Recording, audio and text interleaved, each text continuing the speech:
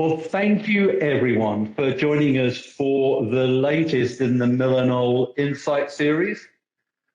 The Millennial Insight series is run by Millennial, and Millennial is a family of brands, and you'll see all those in front of you.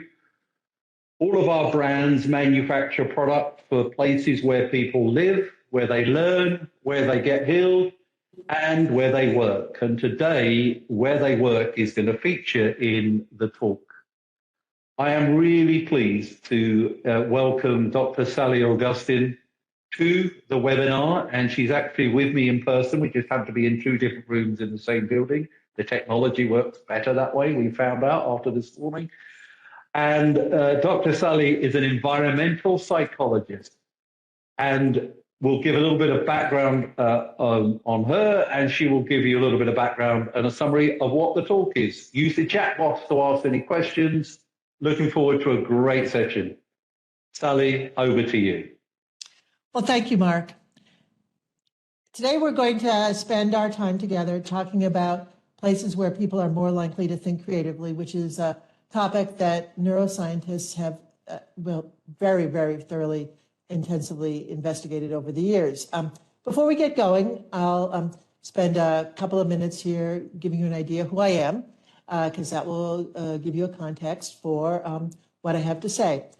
As Mark said, I'm an applied environmental psychologist, and that means I think about how the world around us influences what goes on in our heads. So I'll talk to clients about things like what color to paint walls to encourage people to eat healthier foods, or I'll talk to people about how textures underfoot can influence the cognitive performance of oldsters among us. And life is rarely simple enough to just think about one sort of thing. So I not only consider sensory experiences, but I also integrate information on personality, because personality influences how we experience the place, our expectations of it, etc. We'll also consider factors like national culture, organizational culture. There's really a lot that comes into play when we start to think about people's experience in the worlds around them, built and natural. Today, we're going to cover several major topics. First, we're going to review research that's been done generally about the places where people are more likely to think creatively. And then I'm going to take some time and talk about an actual in-the-world, real-world study that I did with a good friend of mine, Cynthia Malota, that relates to creativity. And then we're going to integrate all of the findings presented.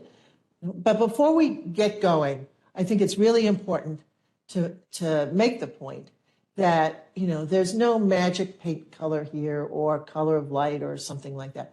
There's a lot of factors that go into determining whether people think creatively or not. For example, people need background in a field in order to think creatively in that area. Like I know about all this research that relates to, surface colors and color of light and chair design and things like that link into creative performance. But I am never going to think creatively about quantum physics because I know zip about quantum physics. So, we always have to think about design as one of the factors that contributes to outcomes that we're interested in. So let's get into some of the studies that have been done to date. As I said, science has linked very particular aspects of the physical environment to enhance creative performance.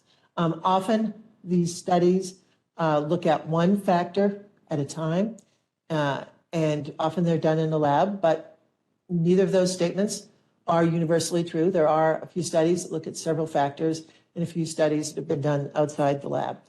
And before we get into really specifics, things like surface colors and all that, I wanted to make a couple of general points. First of all, when we're in a good mood, we're much more likely to think creatively. And there's lots of different things that design can do to make it more likely that people are in a good mood. And, we won't have a chance to go through we won't have a chance to really go through all of anything today, but, we can begin on this topic. The other thing that's important to keep in mind before we start to get into some of the nitty-gritty stuff here is that stressors, no matter what they are, really degrade our creativity. So, if there's some weird light flashing off here, that'll be a stressor that degrades our creative performance. So does being in a space that's too hot, too cold, where we can hear people saying stuff that really doesn't matter based on what we're doing, et cetera. But all those different kinds of stressors, no matter any kind of stressor you can imagine, will degrade creative performance. So now let's start to get into some of the nitty-gritty. Research over and over again links seeing the color green on surfaces, even very, very briefly, to enhanced creative performance. And this is likely due to our early history as a species. It can likely be tied back to our biophilic experiences of space, and I think of this as an attribute of biophilic design.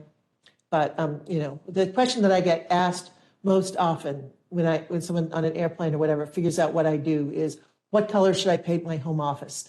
And I know that even without asking them what they do for a living, I should tell them the answer is they should paint it green, because if you're an accountant, if you write advertising, jingos, no matter what you do, your job requires creativity, at least from time to time. So paint it green. In general, there are some specific colors that have been linked to creating the positive, slightly energetic sort of mindset that's really great for creative thinking. And those are colors like the one in the block on the left-hand side of your screen.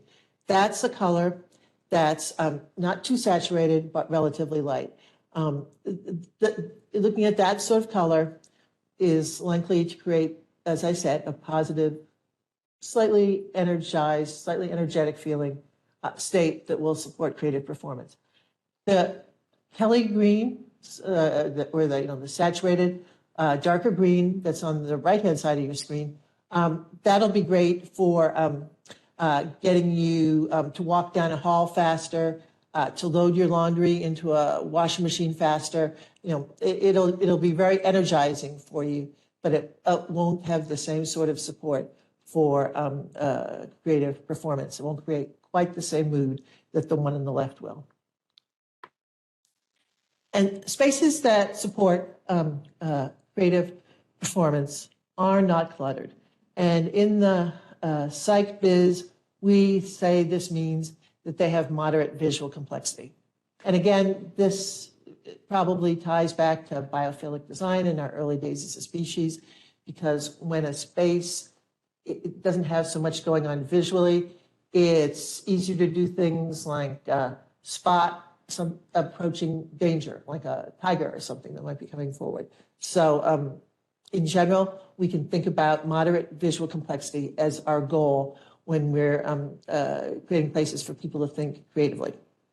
And the things that you need to consider when you're reflecting about the visual complexity of a space are the number of colors present, number of shapes, patterns, etc., and how well ordered these components are. And if your goal in the end is nothing like this staircase here, this staircase is way too barren. Its visual complexity is too low to support creative thinking. What you're looking for is something like this. This is a residential interior designed by Frank Lloyd Wright. And you can see that there are an assortment of colors in place here, patterns, shapes. There's some apparent order in what's being presented to you here. And there's actually, happening here from a visual perspective. So this is your objective when you're thinking about a space, with moderate visual complexity. And if, there actually are equations that you can use to calculate visual complexity. And no one in my world has anything to do with them after they turn in their dissertation. They're done. The equations are highly complex. They're a mess. If you're trying to decide how visually complex a space is, think about a residential interior by Frank Lloyd Wright, like the one I'm showing you, and compare it in your mind to the place whose visual complexity you're curious about. And you'll find you can make this sort of comparison really readily and determine if the place you're interested in has more going on, the same amount going on, or less going on. And again, too little happening from a visual perspective is just as bad as too much. We want a moderate level of visual complexity to support creative performance. In spaces where people are creative to their full potential, you'll find that they're often just filled with natural light. And from a psychological perspective, I think natural light is really cool. Natural light is like a magic medicine, a magic elixir for humans, because it supports our creativity, which is the topic of today's discussion, but it also reduces our stress levels in general. So I guess it's no surprise that it will enhance our creative performance, or it has been linked to higher creative performance. Unfortunately, or fortunately, depending on your perspective, the sun isn't out all day, and sometimes sunlight does need to be supplemented. And in spaces where people are more likely to think creatively, you'll see warmer, slightly dimmer light. So that means the light is like, say, 3,000 Kelvin and not cooler. So it's like 3,000 K, not 4,500 or 6,000 K. And slightly dimmer, that means it'll be like 150 lux or 500 lux or whatever, as opposed to like 1,500 lux. You always have to have enough light to accomplish whatever your objective is. You have to be able to read if you need to read. You don't want to be tripping over things, et cetera. So, we always have to think about this from a realistic perspective also. And also there's building codes around that require different intensities of light in different sorts of spaces.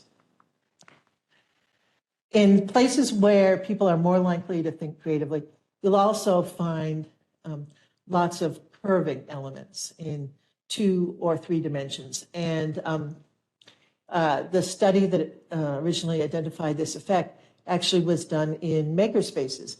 And they thought about not only things like 2-dimensional patterns, but also actual components of the space in 3 dimensions. For example, when square tables were replaced by round tables, as coffee tables or whatever, people were more likely to think creatively.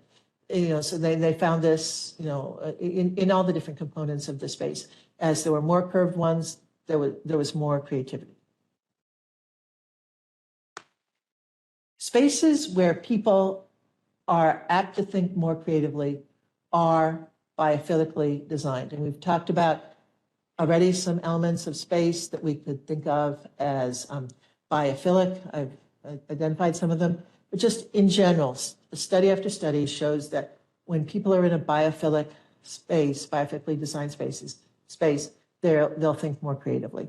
And there's a lot of interesting research, for example, that's been done with wood. And when people can see wood grain, their stress levels fall, which is cool. But also, research has shown that when people can see wood grain, they think more creatively. And the same goes for seeing other natural materials.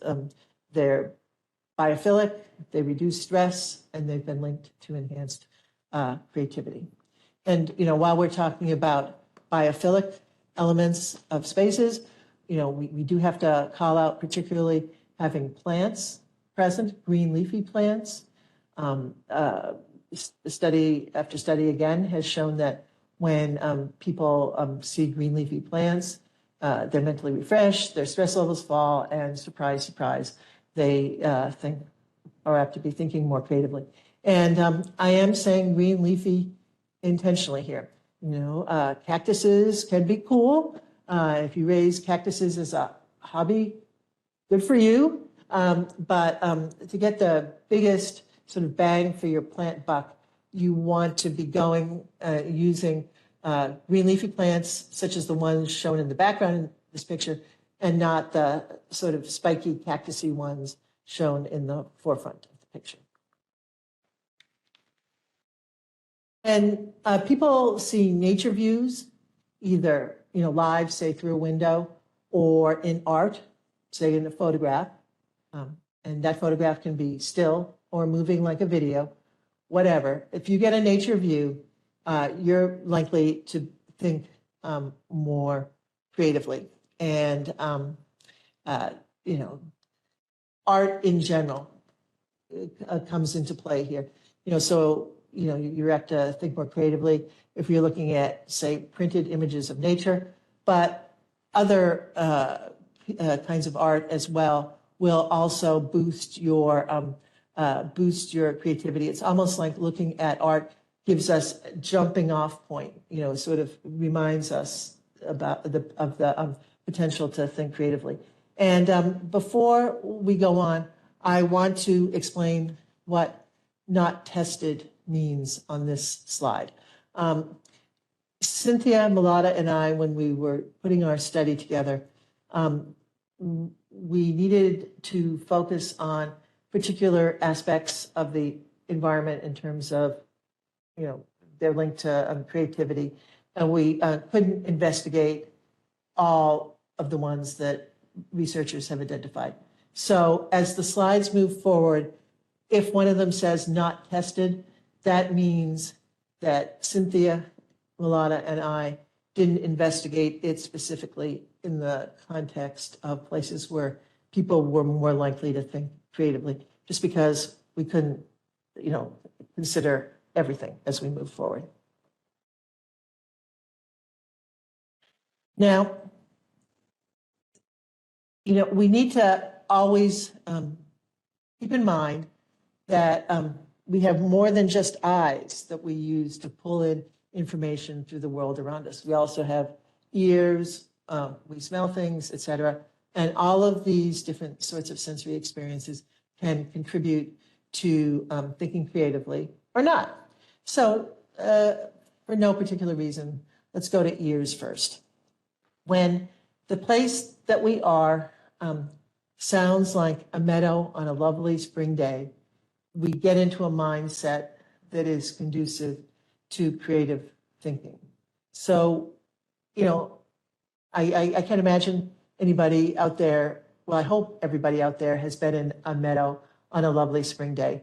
But just in case, to make sure we're all on the same page, the kinds of sounds that I'm talking about here that support creative performance are very, very quietly played sounds of things like burbling brooks, gently rustling leaves and grasses, peacefully calling birds, etc. And you want these sounds to be really a background of, not like in the face of the listener or in the really aggressively played. Because humans hate to feel manipulated. If people think you're trying to encourage them to think creatively at work by blaring nature sounds, that just creates this resistance among people, and you'll have the opposite effect. So quietly playing these nature sounds is what'll do the trick.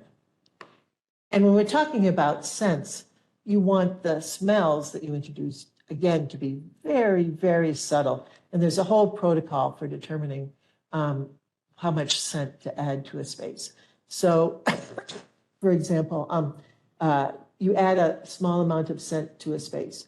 You invite people to visit it. And you ask them what they think of it. If anybody spontaneously brings up what it smells like, too much smell, cut it back. Invite in another group of people. When people finally are not spontaneously mentioning the smell, start to ask them about it. And when only about 50% of the people present can correctly identify the smell, that's the level you want. It's really super hard to try to calculate amounts of scent using formulas, because there's different levels of drafts in different places and things like that. So do this test to determine how much scent to add to a space. And the scent that an enterprising researcher has found enhances creative performance is the smell of cinnamon vanilla. And, in North America, at least, every airport it has at least one, sometimes two, Cinnabon retailers in any wing of the airport. Cinnabon retailers, Cinnabons are these huge, luscious cinnamon rolls that smell exactly like cinnamon vanilla. And if you've walked by one in an airport and felt that you had to buy one, well, now you know why you had to buy it. It would enhance the smell will enhance your creative performance. And just to give you an idea how thoroughly this topic has been researched, scientists have found that when you're sitting facing into the ventilation, so it's sort of blowing, it would be blowing your hair back. Well, in that configuration, your creativity will be increased. If the ventilation is blowing on the back of your head, which, by the way, makes for a very bad hair day, but besides that, if the ventilation is coming from the back of your head, your creativity will not get that boost. Now back to just a few more of the things you might expect me to be talking about before we go into the study that Cynthia Malota and I did together. Distractions, no matter what kind they are really bad for creative performance. They stress us out. We talked about stress at the beginning. And so distractions in general cut creativity. But we always have to think about distractions comprehensively because, for example, it is just as distracting for us to be in a space where there's a lot of stuff happening around us that's really loud as it is for us to be in a space that seems too quiet. So, you always, when you think about distractions, think of both ends of any extreme. And, we should point out a few things that relate to creativity when people are together. It's important for us just to state or keep in mind that, sometimes we're being creative alone, and sometimes we're being creative in the company of other people. We're working with teammates. So some of the things that come into play when people are being creative together, actually relate to seats. Having even the barest cushion on a chair puts you in the mood to interact much more pleasantly with others, for example. And when people are throwing around creative ideas together, it's really a good idea for them all to be pleasant to each other. So, just a little bit of cushioning will make life much more creative than having people sit on uncushioned hard chairs. When people are together being creative, they should all be sitting in the same sort of seat or all sitting on the floor. And by the same sort of seat, I mean chairs whose legs are the same length. Because as it turns out, when we're looking up at somebody or when we're looking down at somebody, well, that looking up or looking down influences what we think about that other person and the ideas that they're presenting. So when we're looking up at somebody, we have to think that they're more competent, more skilled, basically more adult, and the reverse is true when we're looking down at somebody. And this gets into respect for different ideas presented. And so what I'm saying is, if people are gathered together to do something creative, some of them shouldn't be seated in sort of regular task chair type chairs, and others on bar stools, for example. That creates too much difference in head height. So, if anybody is sitting on the floor, everybody should be sitting on the floor to prevent this looking up and looking down thing.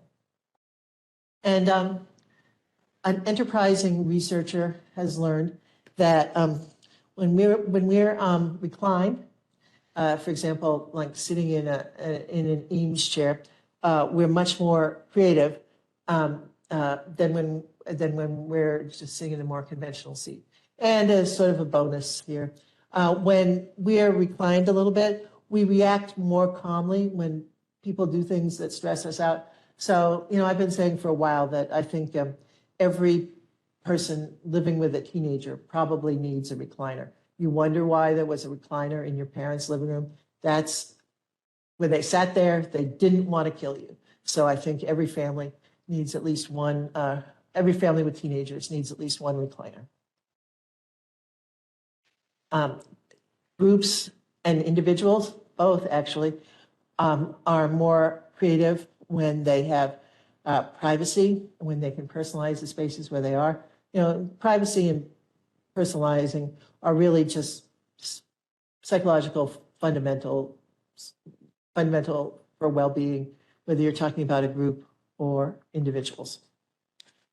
Spaces for that encourage creative thinking need to give some people some control, the ability to customize a space for their current use. And again, remember, spaces, people will be doing different sorts of creative things at different times. And we want people to have a comfortable level of control.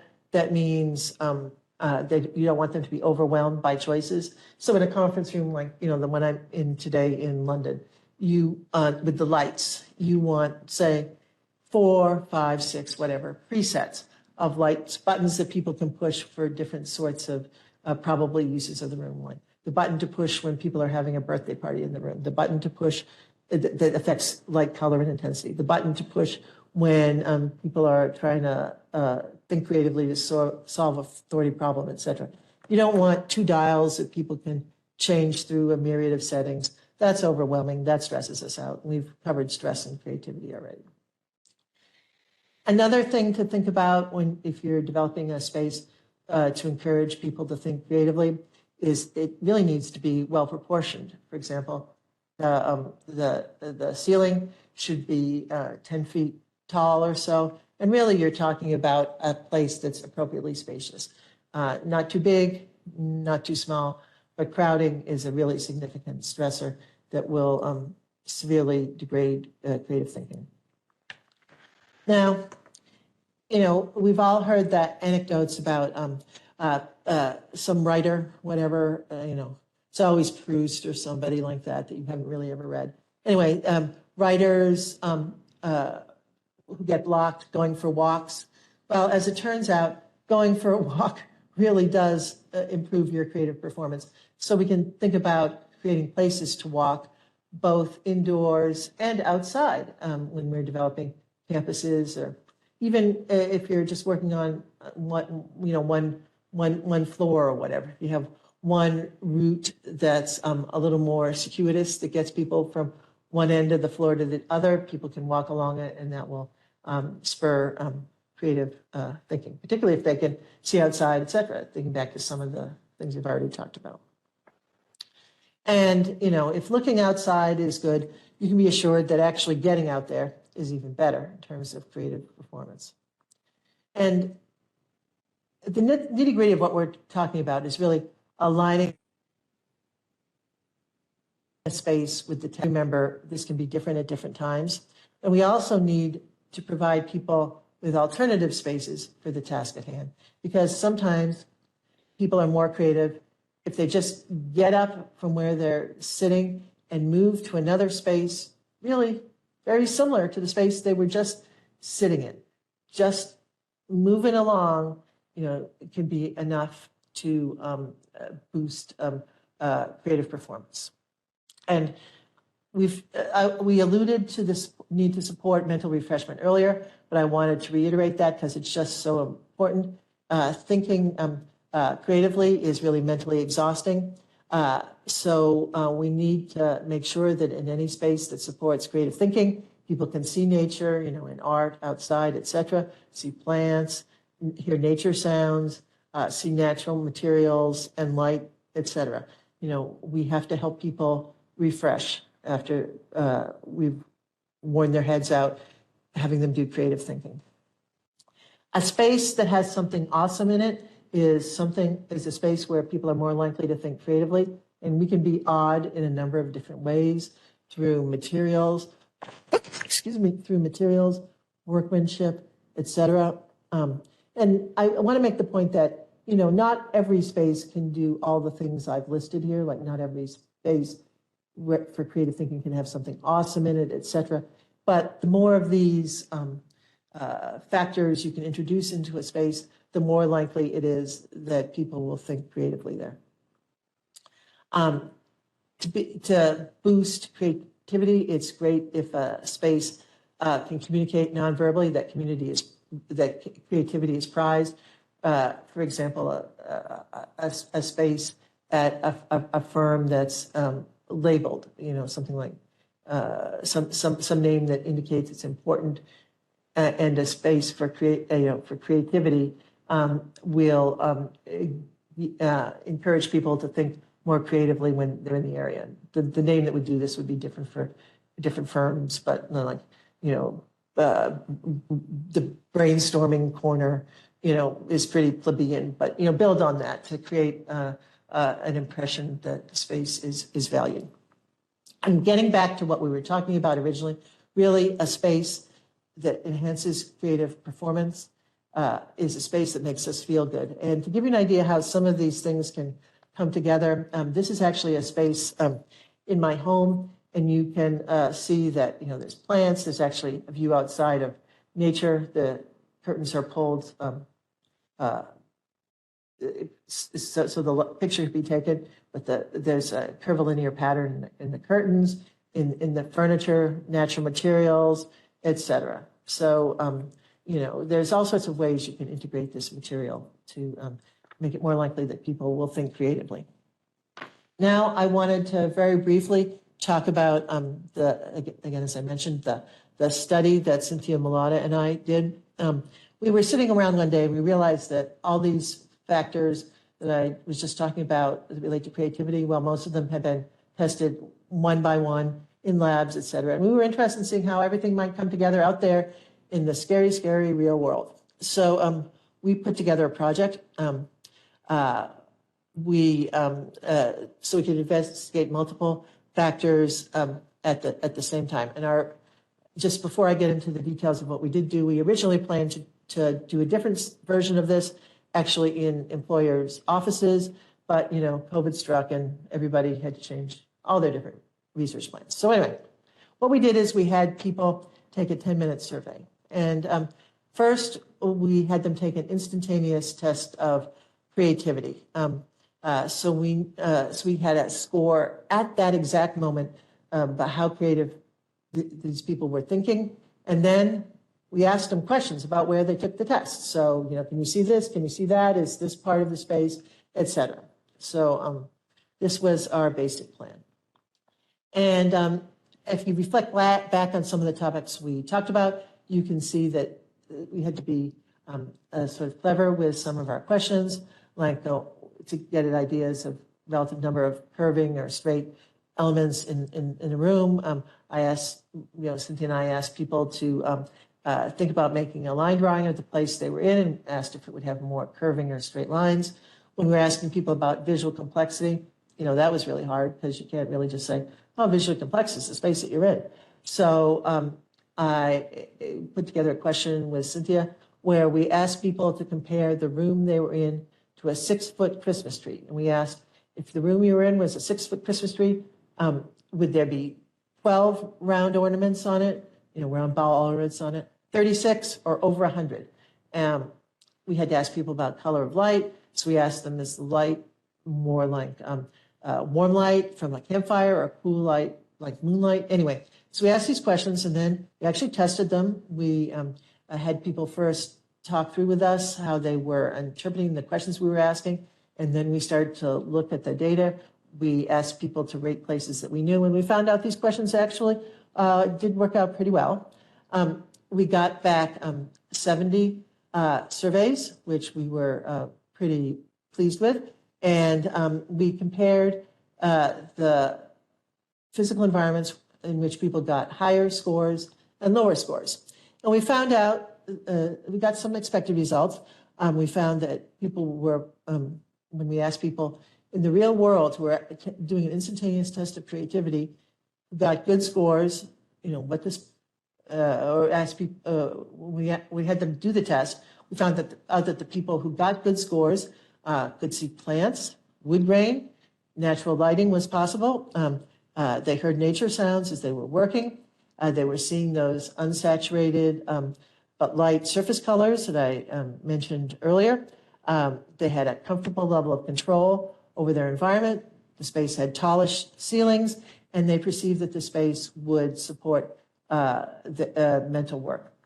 Of course, nothing ever works perfectly in the real world, so Cynthia Mulata and I found that the places where people thought more creatively and the places that people thought least creatively were about the same in terms of visual complexity.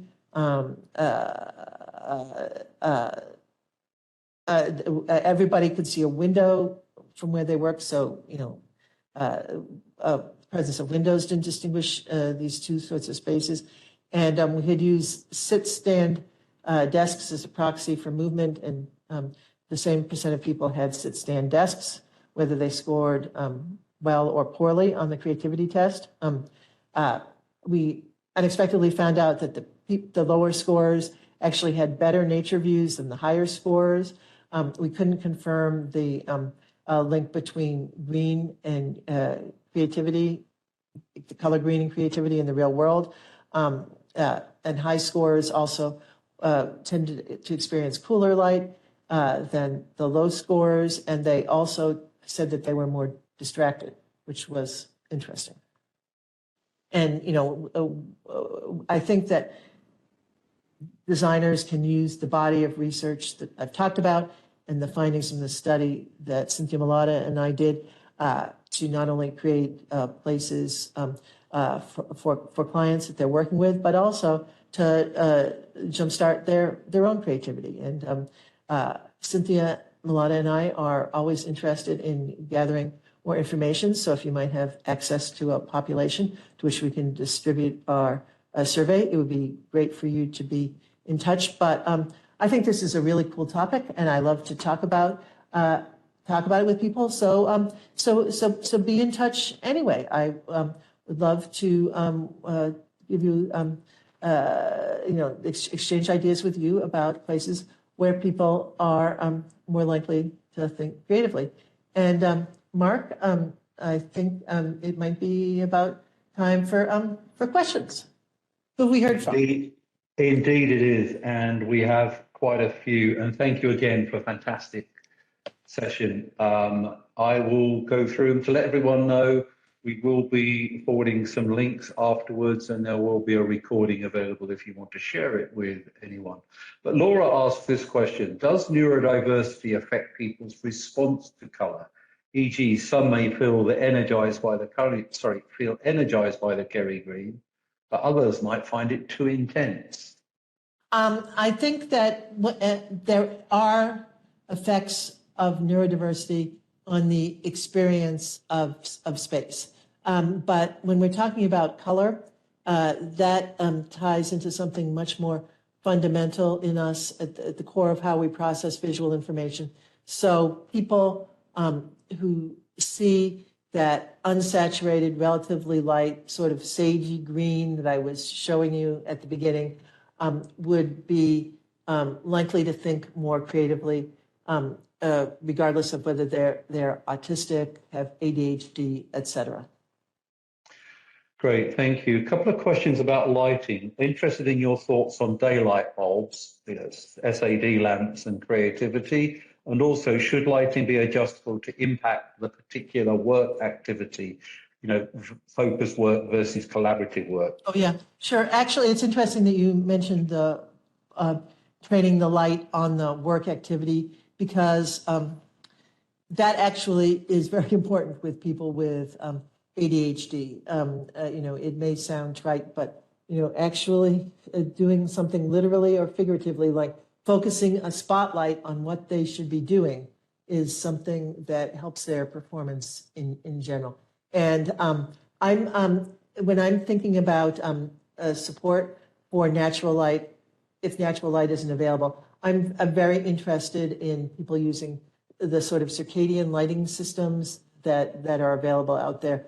Things, there are products that work really well. And if you are interested in introduction to circadian lighting, be in touch. There's a really good research discussion that's been prepared by the General Services Administration in the United States. So I'd be happy to point you in the direction of that resource.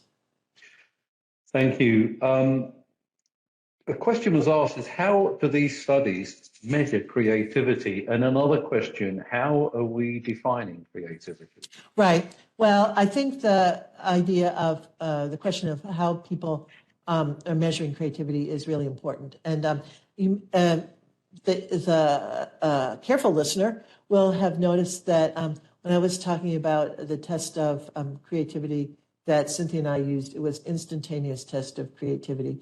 So it's a really cool instrument. Again, anybody who's interested, I can give you the formal citation, just be in touch. But it is actually a system.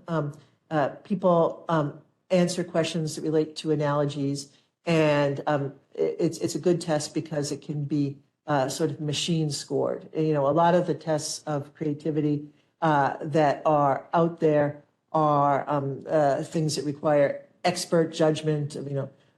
People are asked about uses for bricks or whatever, and then a panel or whoever makes judgments about whether a particular use mentioned is creative or not.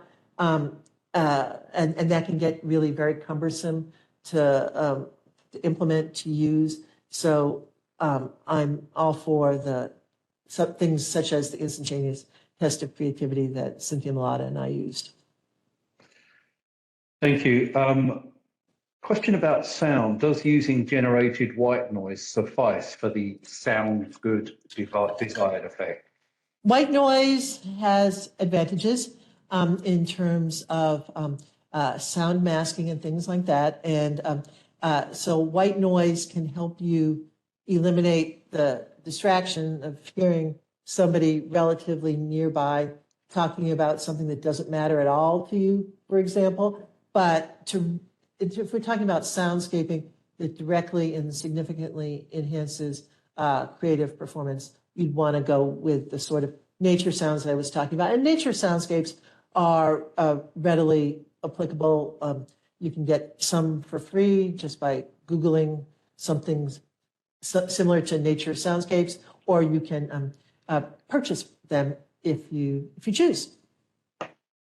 Great, thank you. And I point you to Julian Treasure. If you just Google Julian Treasure, he's done some fantastic talks about sound. Exactly. A couple of questions about smell. Is the subject of smell risky at all? Do people react differently to different smells, or are there universally good ones? And another question, are there concerns about the adverse reactions, say allergies to smells Right. in spaces? Well, first, let me talk about allergies. I'm a person who has many allergies, and some of them are to plants and other things. It's great to smell for various psychological reasons. And in today's world, in scented environments, especially if you've got any sort of scale going on, you're unlikely to be smelling real stuff that would generate an allergic reaction in you. You'll be smelling different chemical compounds. Obviously, somebody could be allergic to the chemicals, but say someone who's allergic to the smell of lavender, who walks into a space nowadays that smells of lavender, is unlikely to be actually encountering any true, real lavender that would make them feel uncomfortable.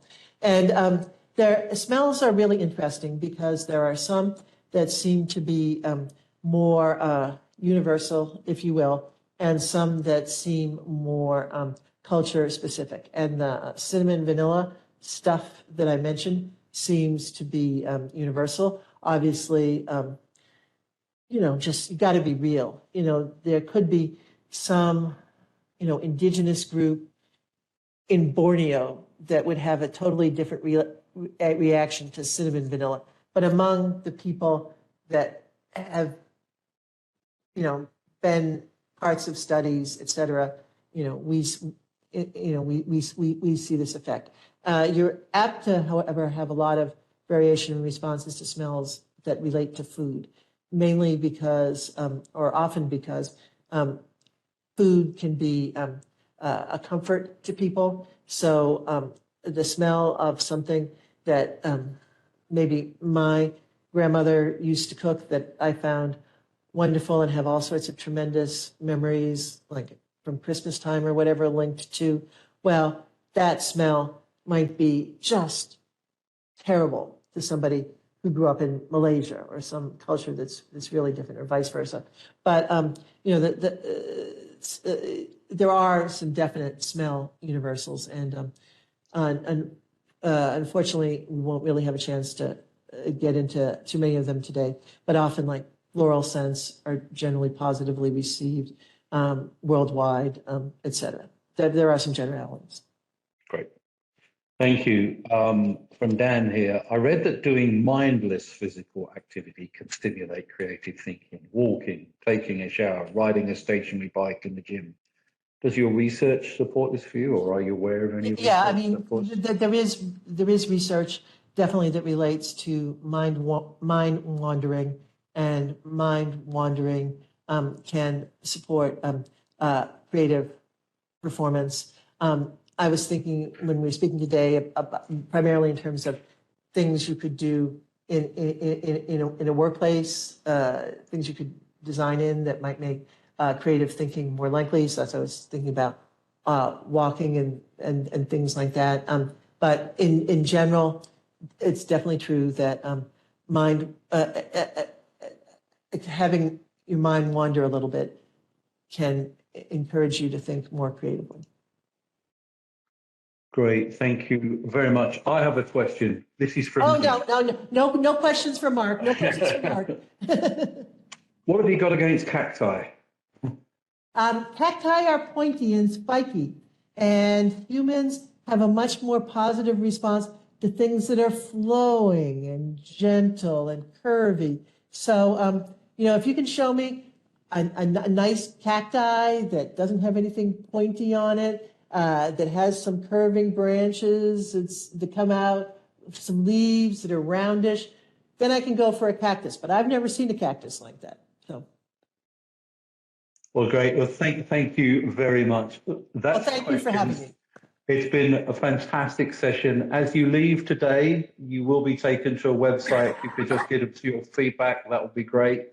The slide deck will be in an email. Hopefully that'll come to you tomorrow, and with other links as well to other articles that may have been referred to.